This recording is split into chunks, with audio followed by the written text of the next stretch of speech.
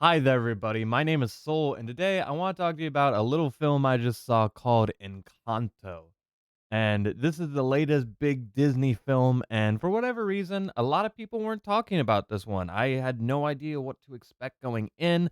I suddenly saw that it was by like the guy who did Zootopia and the guy who did Tangled, and my expectations were suddenly quadruplified, and it still lived up to it. Encanto is a super charming, super family good feeling kind of film, man. And if you know me, Disney, Pixar, I love all that shit. Most of the films coming out are really good, but nowadays, like we're living in a new generation of Disney films where they start to kind of look and feel like Pixar films, and they're pumping them out like 2 times a year, and it's starting to feel like the straight to DVD era again, or straight to VHS, I should say. And now it's almost like we're gonna be living in the Disney Plus era. So I was a little bit worried going into the film, but walking out, it was super enjoyable.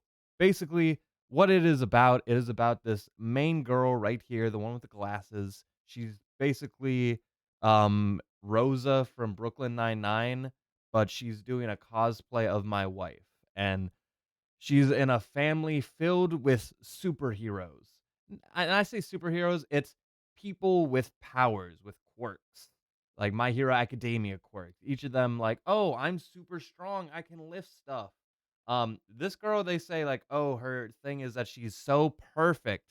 No, she can make flowers grow. That's it. I can heal people. I can become a shapeshifter. I control the weather. I have super hearing. I can talk to animals.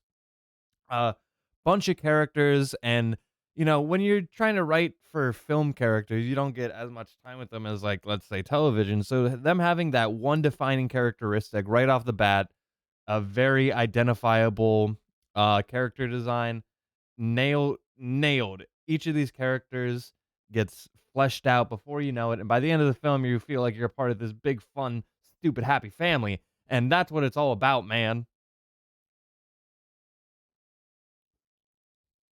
Like, if I watched this film when I was, like, 13, this would be, like, the best Disney film ever, but considering that standard is very high, like, the animation in this film is gorgeous. There's a lot of moments with the powers where the music swells up, and it is gorgeous.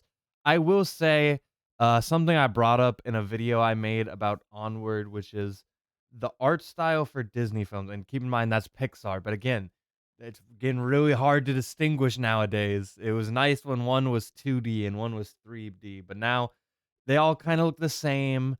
The fucking Fortnite, all these other companies and IPs, they all want to do this one art style, and I'm getting very tired of it. Even though it is stunning, there are moments in this film that, like, you could watch on mute and be completely satisfied with, despite that there's a lot of moments that are so gorgeous. I'm still somewhat tired of looking at characters who have these designs, who have these same proportions, but their costumes, we are following a Hispanic family. The voice acting is a little bit more diverse than your usual Disney white people fest. So that's all very interesting. I like all that. I like living in this one location. The majority of this film takes place in a single house. And keep in mind, this house can transform. You're suddenly in a jungle. You're in a giant cavern with a spiraling staircase with a hidden room inside it. But it's all in the same house, and the house is magical. Like, it can, like, talk to you, like, via like stairs and windows and all this, and it's charming, man. It feels like, oh, like, this is a very, like, they could do a Disney Plus spin-off with these characters, and it's just like the Proud Family or something, but it's just the characters interacting with each other. I like all of it, man. The world itself, I am in love with. They have a strong relationship with the people of this town. People in this town are like, "Hey, can you use your powers for me?" And they have a nice twist on that.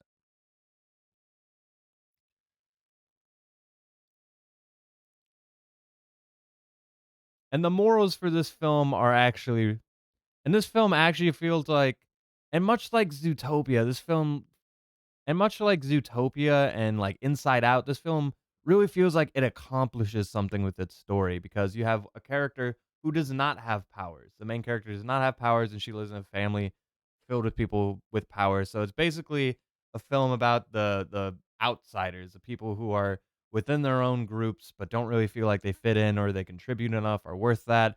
And then you get into the headspaces of some of these other characters and they suddenly start to talk about their problems. And then it's like, oh, once you step into somebody else's shoes, things aren't as easy as it would seem.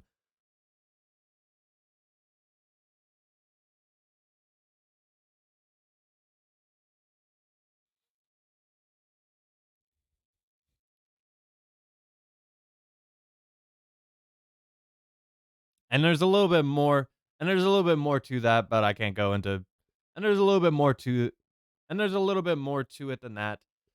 And there's a little bit more to it than that, but that would involve bringing up spoilers, trying to keep this a spoiler-free zone, but if you wanna watch more spoilers, I have a video on my main channel, hopefully I will make, talking about a fan theory that I had, at least watching this film. I had this perfect idea in my head of how it was going to end, and then when it didn't line up quite right, I just got a little miffed. I was like, hmm, I think I had a better idea than they did." So, that'll be a video for my main channel, but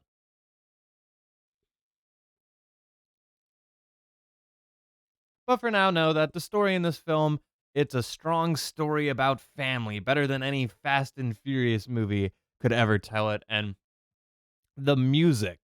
The music for this one is one of the best Disney musicals I've seen in years, probably since, I don't know, like the original Frozen.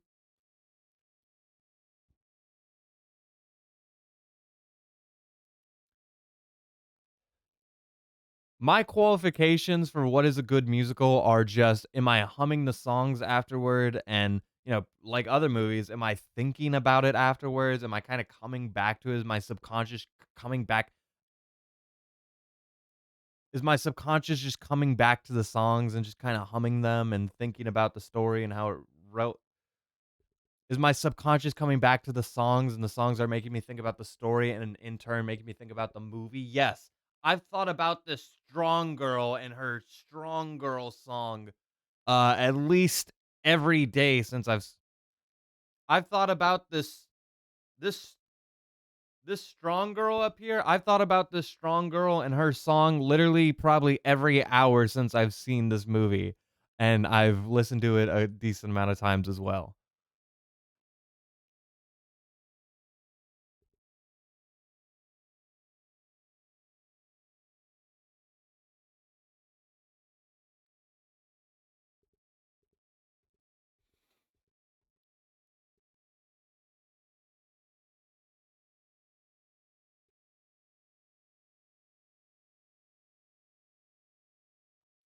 And I really and I And despite as much of the and as much as I love all these wacky, zany characters, the main girl and as much as I love all these characters, Mirabel, the main character, is honestly like one of the best Disney characters I've seen in a while. She's such a go-getter. She's actually really fun, but at the same time can be a straight man for the majority of the conversations. And you ever watch movies and you're kind of just like, man, I wish the character did this instead. Or you see another character crying and you're like, give that girl a hug. And then Mirabelle comes in with the hug, and I'm just like, ah, see, I like this girl. I like this girl.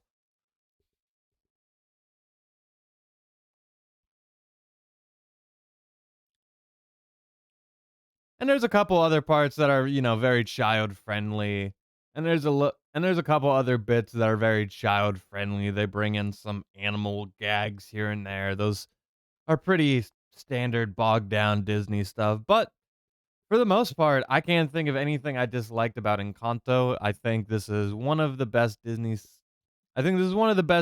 films I've seen in a while. I'm going to give Encanto a very strong 8 out of 10.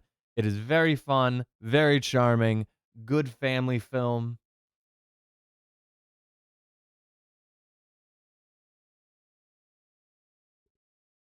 and it's got a slapping soundtrack. Anyway, thank you so much for watching as always, and until next time with that, I leave you.